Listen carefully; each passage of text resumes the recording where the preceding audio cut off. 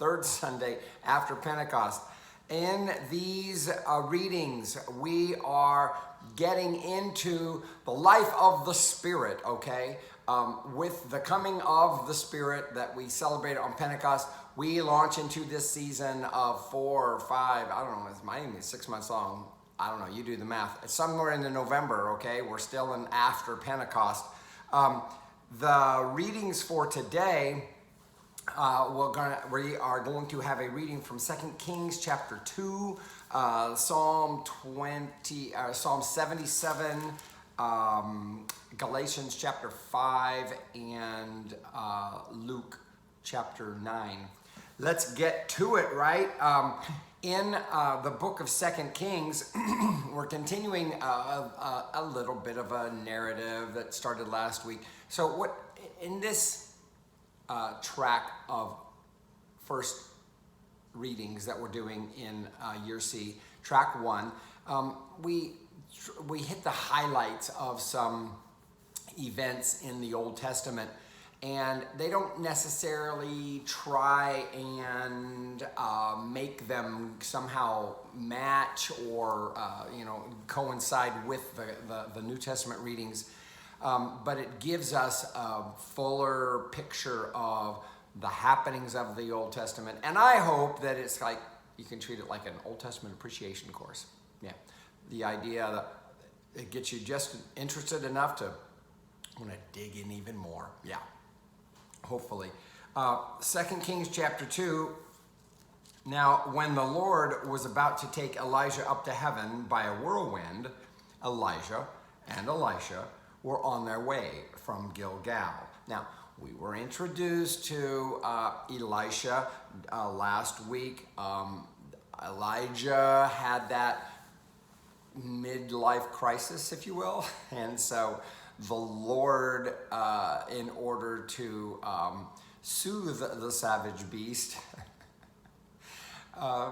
basically gave him an heir, and Elisha is that person. Now, in this story where it says, when the Lord was about to take Elijah up to heaven by a whirlwind, it's like, that obviously can't be the point of the story if he's spilling the beans, right? He didn't go to Hitchcock's school of how do you get, tension and in a story. It's like, oh, it kind of like spills the beans already, right? Oh, well, maybe there's something else for us to look at, because a lot of times when we think of this story, we think, oh, what's so cool about it is that Elijah is assumed up into heaven in a whirlwind. No, it's not, because we're already told that that was going to happen, and so why would there not be any narrative tension toward that, right? So that just tells us, the reader, hey, we got to look for something else, okay? Now, when Elijah, verse 2, said to Elisha, "Stay here, for the Lord has sent me as far as Bethel." But Elisha said, "As the Lord lives, and as you yourself live, I will not leave you." So they went down to Bethel. Remember, with Elijah, something that happened previously was Elisha had been designated by Elijah already to be his successor, okay? And Elisha seems to be totally sold on this, right? And it's like, oh, I'm in with this. I want to make sure that I don't miss anything with regard to this. So he makes this vow, I will not leave you, right? There is some sort of a meandering here going on. If you can picture this part of the geography of the narrative around Jericho. Jericho is near the Jordan. Bethel is farther away. Gilgal is somewhere around. There's it's almost as though Elijah is doing like a farewell tour, okay? And we see in verses 3 through 5, which aren't in our narrative, but let's read them. The company of the prophets who were in Bethel came out to meet Elisha and said to him, "Do you know that today the Lord will take your master away from you?" And he said, "Yes, I know. Keep silent." Elijah said to him, "Elisha, stay here, for the Lord has sent me to Jericho." But he said, "As the Lord lives and as you yourself live, I will not leave you." So they came to Jericho. The company of prophets who were at Jericho drew near to Elisha, and he said to him, "Do you know that today the Lord will take your master away from you?" And he answered, "Yes, I know. Be silent." So this is kind of like a farewell tour, if you will. What we kind of get a picture of, though, here is these companies of the prophets. When you ask the question, well, who preserved the stories of the prophets? It's probably these guys, okay? Verse 6. Then Elijah said to him, "Stay here, for the Lord has sent me to the Jordan," which is back east. They keep migrating a little bit eastward and then westward and then eastward and then westward. And now they're going, it's like, okay, I'm going back to the Jordan. But he said, "As the Lord lives and as you yourself live, I will not leave you." So the two of them went on. Elisha's commitment to being with, so he is anticipating that something's going to happen, okay? And he's like, I know that when this happens, I've got to be with them. There's got to be, it's like, it was one of those like can't miss kind of a things. I can't miss this. He was dedicated. People are like this with regard to certain things in life, right? Like saying, "Oh, I got to be there for that event. I got to be there for that concert. I got to be there for that sporting event. I got to be there for that." You know, this is his passion, okay? Verse 7, 50 men of the company of the prophets also went and stood at some distance from them as they both were standing by the Jordan. Then Elijah took his mantle. Mantle is like a cape or, some sort of a covering, a coat that you may not need all the time, but you're always carrying it if you're not needing it. So he took his mantle, rolled it up, struck the water. The water was parted to the one side and to the other until the two of them crossed on dry ground. This is supposed to evoke memories of times when water stopped and crossings were done on dry ground before. There's at least two of these prior. One of them, of course, was Moses leading the children of Israel in the Exodus from Egypt. And another time was Joshua when they were entering the promised land and they were crossing with the Ark of the Covenant. Yeah, so whenever there's a crossing, there's something surreal going on, okay? It's as though what's going to happen on the other side of here is a fulfillment, yes, but it's also a promise, and it's also something like we really don't know what's in store. We know that the fact that we've gotten here, this is the gift of God that we've gotten to this point. What's going to happen after that? This is where the mystery lies. Okay? On dry ground. Verse 9. When they had crossed, Elijah said to Elisha, "Tell me what I may do for you before I am taken from you." Apparently, Elijah realizes he's done with the farewelling. He's good now with Elisha being there. It's like, okay, what is it that, do you have any special requests from me? Because I'm about ready to go, all right? Elisha said, "Please let me inherit a double share of your spirit." In Israelite law, the eldest son received double the inheritance than any of the other sons, okay? This is basically a request that Elisha was entitled to make as a way of confirming that he is that number one son, if you will, okay? Which means to say that he's planning on and intending to continue the ministry that Elijah had started. Chapter 2, verse 10. He responded, "You have asked a hard thing. Yet if you see me as I am being taken from you, it will be granted you. If not, it will not." I think that what Elijah is saying is that, well, if you're there when all of this happens, then good for you, you got it. I think he's more pointing toward an understanding of, like, if you really get what's going on, if you have the spiritual eyes to see what is happening here with me, with what's going to happen, then that means that you've got your what you want, okay? You won't be able to see it otherwise, okay? So it's not like Elijah saying, well, if you just hang in there long enough, you'll see what's happening, and that's proof. No, he's not saying. He's saying that if you have the gift of perception to perceive this event, because one of the things we got to keep in mind is that what's about to happen, it might not necessarily be something that just anybody could see, right? It's as though he's saying to him, there's a certain spiritual awareness that you have to possess in order to see what's happening. Look at this, verse 11. As they continued walking and talking, a chariot of fire, okay? A chariot of fire and horses of fire separated the two of them, and Elijah ascended in a whirlwind into heaven. Notice it doesn't say he actually got on the chariot, doesn't say the horses were pulling him up. It says he ascended in a whirlwind, okay, into heaven.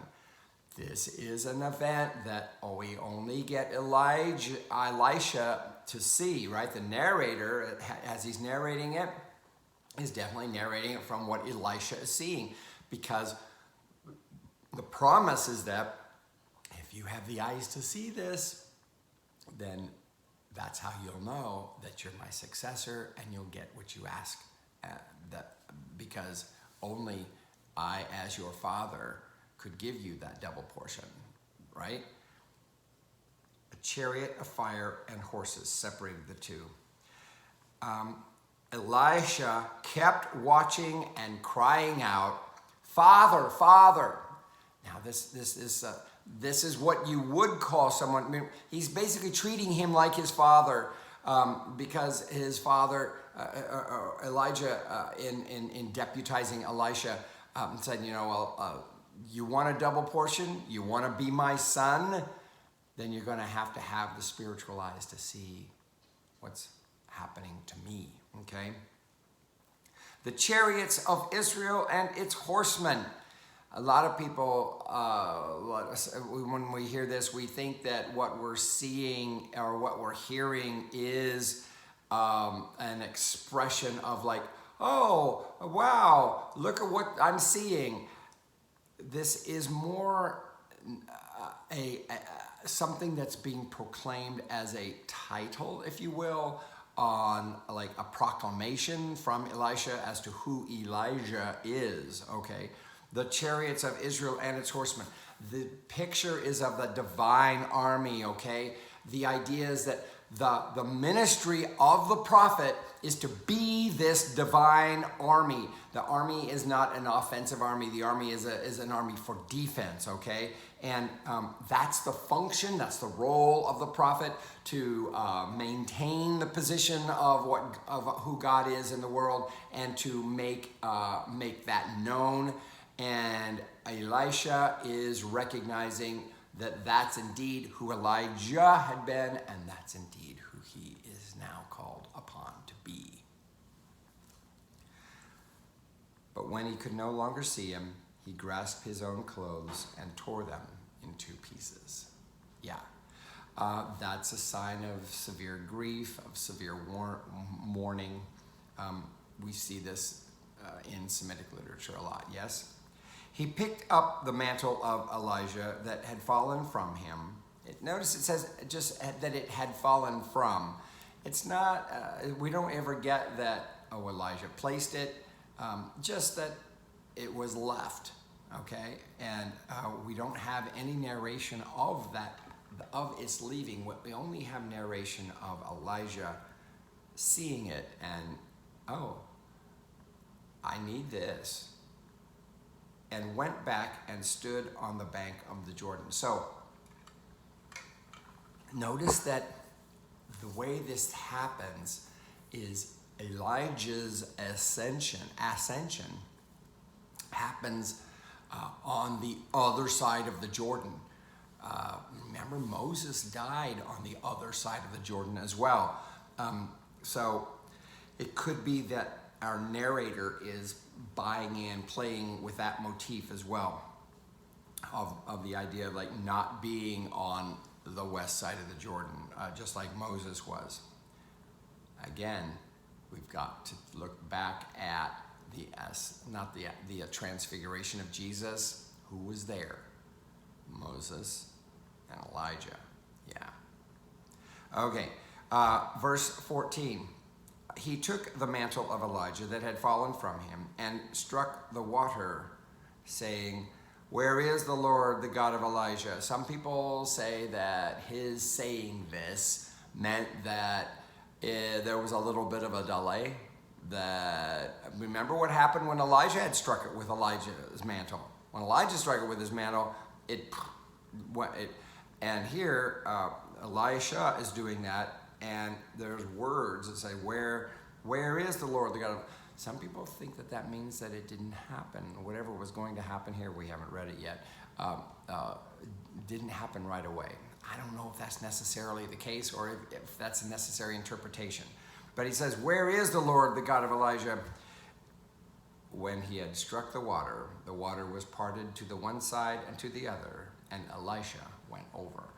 He gets his answer. It's like, oh, this is confirmation that he has indeed received what he had asked for. He wanted a double share. Double share, basically, that doesn't mean he's got more than anybody else, more than Elijah did. It just means that he is the heir. This is a proof, if you will, that it's like, oh, the promise that Elijah had, that if Elisha saw that it would be granted, it was granted. And that's what this is. It's confirmation of that baton being passed on. And it is kind of a model, if you will, of the way things work with the early apostles. Well, we've seen that in Acts with the carrying on of the ministry of Jesus and such. This is a part of how we can try and tie in these Old Testament narratives with the season of after Pentecost, which is that season whereby the apostles did carry things out. It's like they carried on the ministry of Jesus like Elisha carried on the ministry of Elijah. Okay. The psalm for today is in Psalm 77. We're only reading the first 2 verses and then skipping to verses 11 to 20. Part of the reason for leaving out what they leave out is that it goes into a lament. The Psalms are supposed to, or the intention behind the Psalms that accompany the first reading in this season, where it's an Old Testament reading, is that they help interpret it, express an attitude of some character in the story. So listen for that as we read. Oh, here is it from our Book of Common Prayer, a translation. I will cry aloud to God. I will cry aloud, and he will hear me. In the day of my trouble, I sought the Lord. My hands were stretched out by night and did not tire. I refused to be comforted. It starts out like a lament, but when we skip to verse 11, we hear words that sound more and more like our characters from our first lesson. Verse 11, I will remember the works of the Lord and call to mind your wonders of old time. I will meditate on all your acts and ponder your mighty deeds. Your way, O God, is holy. Who is so great a God as our God? You are the God who works wonders. You have declared your power among the peoples. By your strength you have redeemed your people, the children of Jacob and Joseph. Notice it's recalling that experience. The waters saw you, O God. The waters saw you and trembled. The very depths were shaken. This is reference to the crossing during the Exodus, if not also the crossing into the promised land. The clouds poured out water. The skies thundered. Your arrows flashed to and fro. The sound of your thunder was in the whirlwind. Your lightnings lit up the world. The earth trembled and shook. This is probably the main reason why we have this with 2 Kings 2, is the mention of the whirlwind, okay? The whirlwind with which Elijah was taken up. Your way was in the sea, and your paths in the great waters, yet your footsteps were not seen. You led your people like a flock by the hand of Moses and Aaron. This is a psalm that is welcome in the way it folds in with the theme of what happened with Elijah and Elisha. If you think about it, the continuing of the ministry, the creation imagery, the mentioning of the elements. We don't have thunder and lightnings in our Elijah-Elisha passage, but it does give us a clue that there's a conflating, if you will, of the experience of Elijah passing on to Elisha, the same thing that we had when the Lord manifested the Lord's self in the Exodus experience and passing on, going through people, using people to minister to people, basically. The manifestations in the earthly realm, the weather type stuff, those are all clues that something is happening, but it takes somebody to actually lead, okay? This is what we have with the Elijah and Elisha story as well. Okay, we're moving on into Galatians chapter 5. Galatians is one of those letters of Paul. It was probably written in the early 70s, 60 to 68-ish is what a lot of scholars are saying. He's dealing with churches in that portion of Asia Minor where there were a lot of Jews, but yet so many Gentiles were joining the church that Paul continually had to deal with the question of like, well, how Jewish do you have to be a Christian, okay? And this is something that he's wanting to give the Gentile believers hope that that they don't need to become Jewish. And you got to remember, Paul himself was raised Jewish. Paul was the big-time defender of the law, but he saw the future of where the gospel was going, and he knew that it didn't need for people to become Jewish in order to follow this Christ.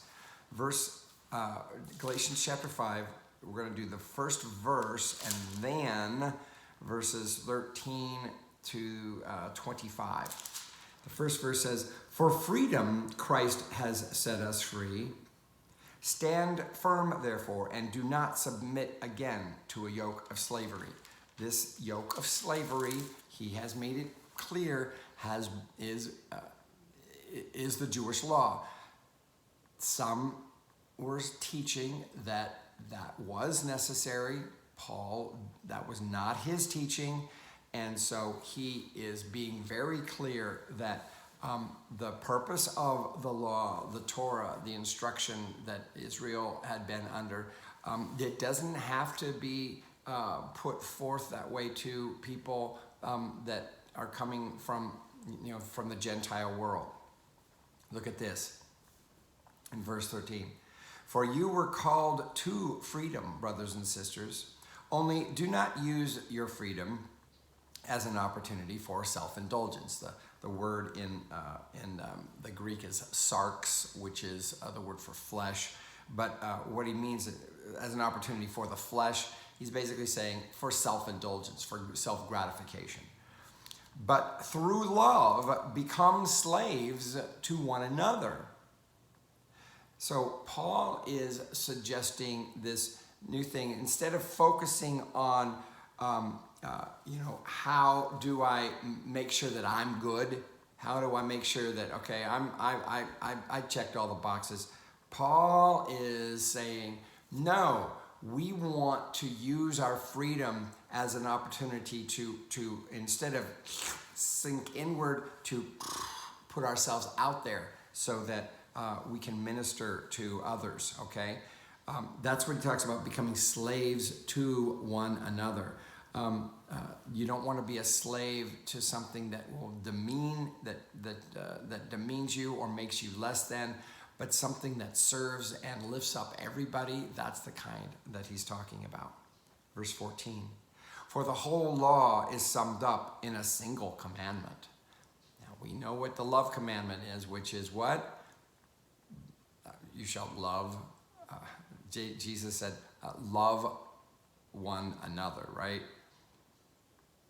You shall love your neighbor as yourself. So this is his way of restating what Jesus said. You shall love your neighbor as yourself. Jesus said, love one another, and by this people will know that you are mine, that you have love for one another.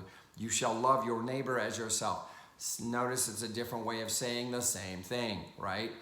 This is the distinctive of the Christian community. It's like all of those things that that we were commanded to do to make ourselves distinct in the world. None of that matters if we're not exercising love towards each other.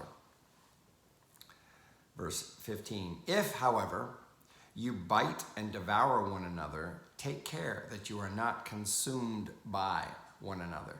This is Paul's realization that he knows, and this is what has happened, is that he knows people don't always get along. He knows they don't all get along.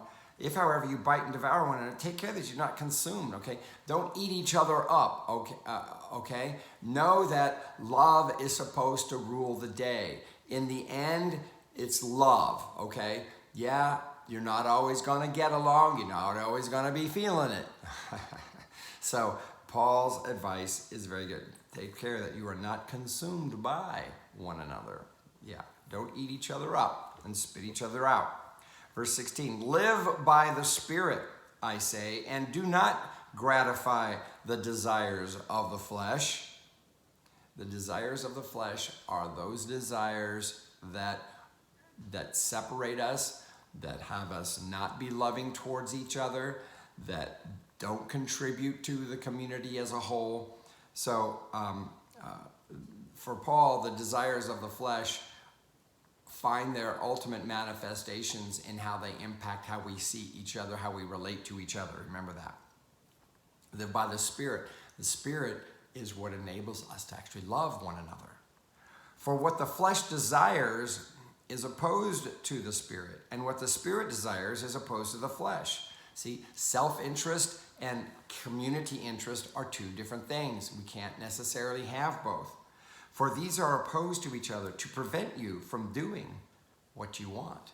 Yeah, right? Verse 18.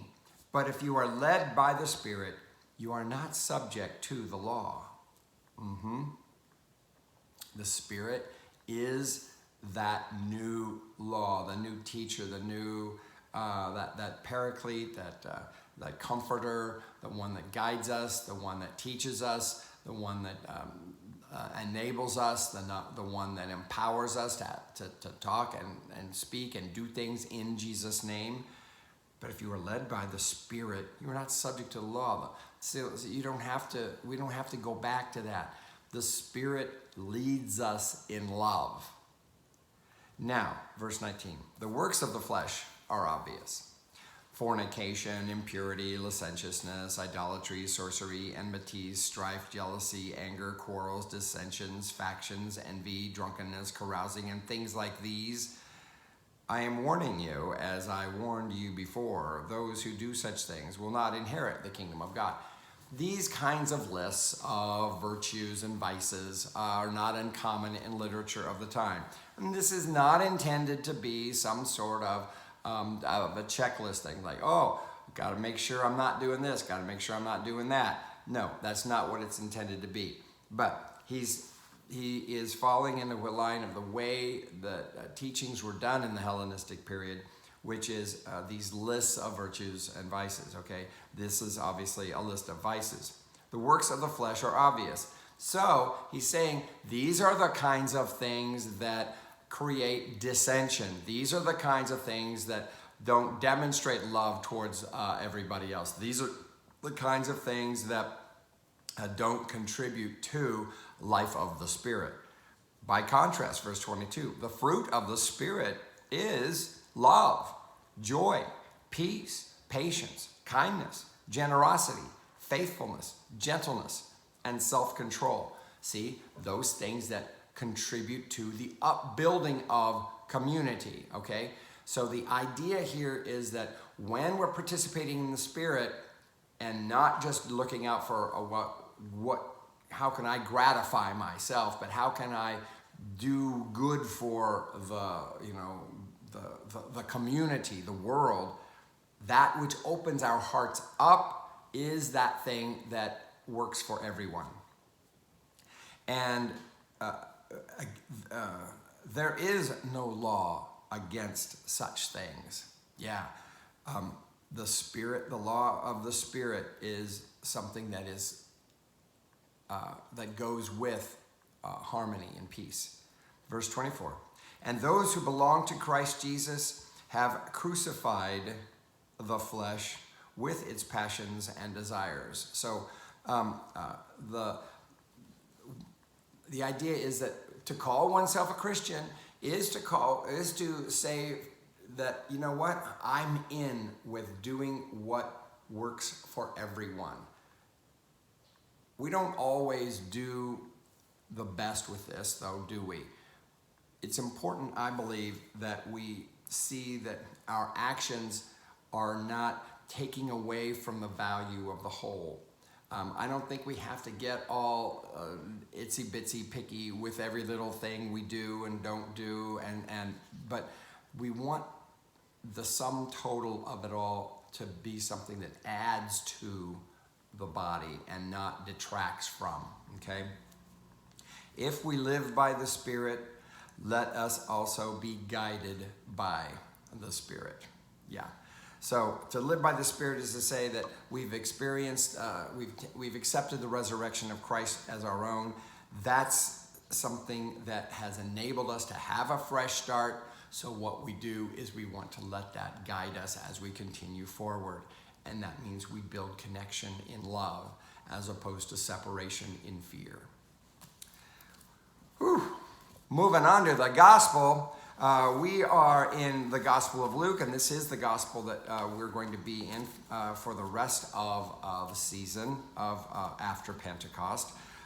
This passage is chapter 9, verses 51 to 62. Now, if you are a fan of the Gospel of Luke, as I am, you'll know that this is a very key turn here in the entire movement of the gospel. Because, as it says in verse 51, when the days drew near for him to be taken up, he set his face to go to Jerusalem. This is the beginning of what we call his travel narrative. From this point on, he's headed toward Jerusalem. And in the chronology, the way Luke does it, there's only one visit to Jerusalem, but this is a streamlined thing. We know from John's gospel that, and what makes more sense is to see that Jesus actually did go there more than once, but Luke streamlines it, if you will, into what we call the travel narrative. And in the movement from Galilee to Judea, there is the area of Samaria, present-day West Bank. And the people in Samaria were not considered, they were a little bit ethnically not in cahoots. They were a little bit at loggerheads, if you will, the Samaritans and the Jews. And Paul is going to go through Samaritan country. And his purpose is to go to Jerusalem, because Jerusalem is where things have to go down for him to do the work that he came to do. And there's conflict in the way the Samaritans see the value of Jerusalem. Look at this, verse 52. And he sent messengers ahead of him. On their way, they entered a village of the Samaritans to make ready for him. But they did not receive him, because his face was set toward Jerusalem. So this brings up the fact that the ethnic separation that was very real, and the enmity between the Samaritans and the Jews, very real, and it's being exercised against Jesus, okay? So where it says that they did not receive him, this is another example of what we would say, what we would call inhospitality. There is in the Bible a very severe condemnation of it being inhospitable, okay? And especially if inhospitality is sourced in, your kind just isn't welcome around here, then that is one of those heinous kinds of inhospitality. We've seen that in our own country, in the way it's in the way our country grew up with the segregation and such, right? Verse 54. When his disciples, James and John, saw it, they said, Lord, do you want us to command fire to come down from heaven and consume them? Now, it just so happens that this is something that Elijah had done in a big show with the prophets of Baal and such, when they had that big showdown on Mount Hermon. Or was it Carmel? Mount Carmel, yeah. And so here we have, it's interesting that we have Jesus' disciples speaking in a way that is reminiscent of that with regard to Elijah. But he turned and rebuked them. Then they went on to another village. Jesus doesn't want to have anything to do with this ethnic infighting, okay? We see this today with racial stuff and with ethnic differences with the immigration and what have you. Jesus isn't having any of it, okay? That's something I think that's key to notice. Notice his disciples, they wanted to play that game. They were ready to go there. And Jesus is like, no, we're not doing that. This is a part of the instruction that Jesus is trying to convey, which is that, hey, we don't, the work that I am about is so important, I can't afford to get bogged down in petty things like that. That's the way we should be, actually, if you think about it with regard to who we are as the church, as Christians in the world, who are commanded to love. And it's like getting caught up in the us versus them and the ethnic stuff and the, and buying into silly theories about like, there's trying to replace people and getting voting and all the stupid stuff like that. We're commanded to love. We're not supposed to get caught up in that kind of a debate and that type of a less than atmosphere of us versus them. We're supposed to love. And we've got a mission. There's a lot of loving that we have to do. That's what Jesus is basically saying. Then they went on to another, he turned to rebuke them, then they went on to another village. Like, I don't have time for this. This is not something that we need to interact with. We've just got to be about what we've got to be about. Remember, his face was set toward Jerusalem. This was a motivation from love, a motivation from mission, and a motivation from regard to what he knew what he had to be doing, and nothing was going to let him stop that, especially petty ethnic rivalries and petty differences like this, and petty prejudices, okay? Verse 57, as they were going along the road, someone said to him, I will follow you wherever you go.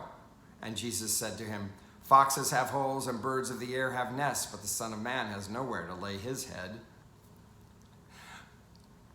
I think this is another way of saying this is Jesus told him basically, you're what? You're ready to go wherever I am? You realize, don't you? You have no clue what you're saying.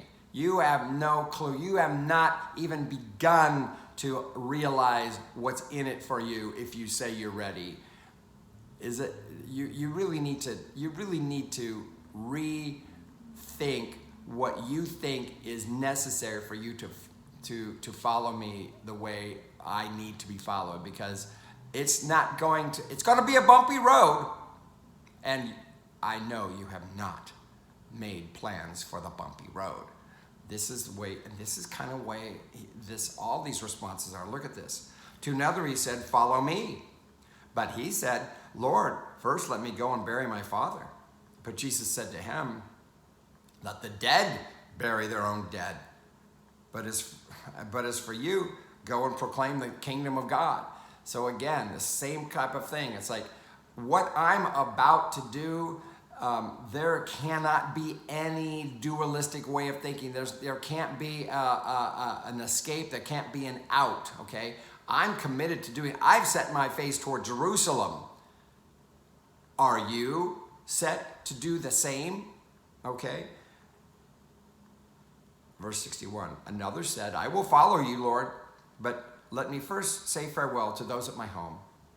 Jesus said to him, see, Jesus is responding to the but, okay? We've always got a but. Even that first person would say, oh, I'll follow you wherever you go. And it's like, you haven't got a clue what you're saying, okay? These people, it's all about, oh, yeah, okay, yeah, Jesus, I'll be right there. But this is the kind of all-in thing that Jesus demands. Notice Jesus said to him, no one who puts a hand to the plow and looks back is fit for the kingdom of God. This is Luke's way of painting Jesus' intention as illustrating how we are supposed to follow Jesus. Jesus' intention to fulfill his mission, that's the kind of intention we're supposed to have as the church, as people who call ourselves Christians, to follow him as well.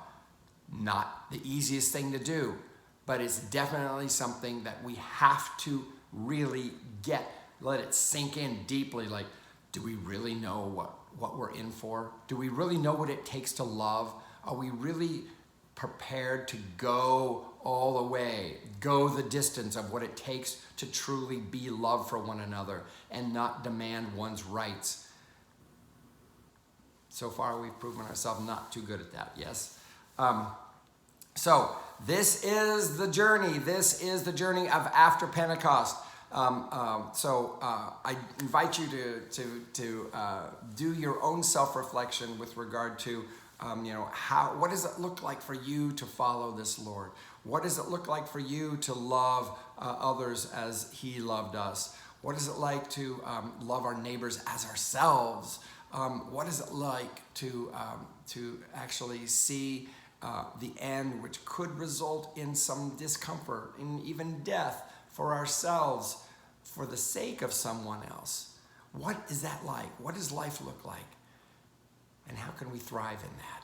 This is part of what our scripture tests ask us to do today, texts. All right, that is all for today, folks. Until next week, blessings.